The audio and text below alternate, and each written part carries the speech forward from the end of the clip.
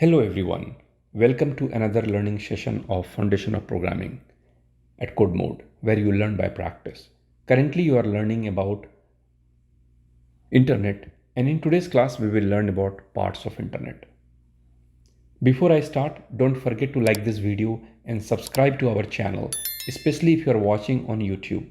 For complete course and practice, go to our platform my.codemode.us. Let's begin. The internet is a open network of maybe billions of computing devices. We learned that in the last class. Now at a high level, internet is made up of several parts. At a high level, there are three main parts. First, you call it wire and wireless. What it means is you can connect two computers either using a hard wire or network cable. You can connect these two directly. This is say computer 1 and computer 2, and you can connect using a wire, also referred as network cables, because these cables are meant to create networks, or Ethernet wires. You can also connect two computers using wirelessly. I'm using dotted lines. And we'll talk a little bit more about it, but remember, these computers understand only binary and data. This one is also binary data.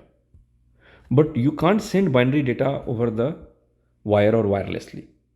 When you send data wirelessly, your data has to be converted into electromagnetic signals.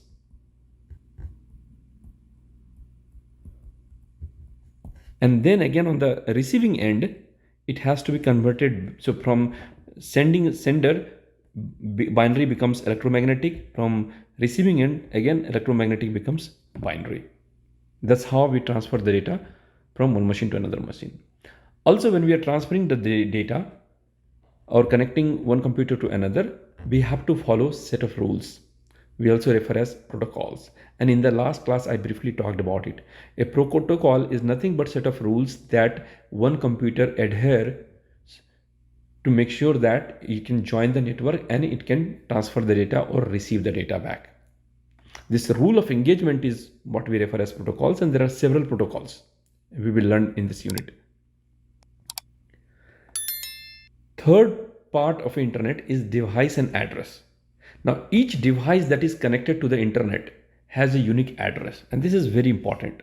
So any computers we connect, suppose this is computer C1 and this is my mobile device M1. If I'm connecting this, each device has its own address. And this is important because you're talking about billions of computers. So it is important to trace and establish a address. We should know if the sender has to send the data, it has to know where it is sending in this, is a giant network. So the receiver also has an address. We refer this as IP address. IP address is the unique address of a computer on the internet. The IP stands for Internet Protocol.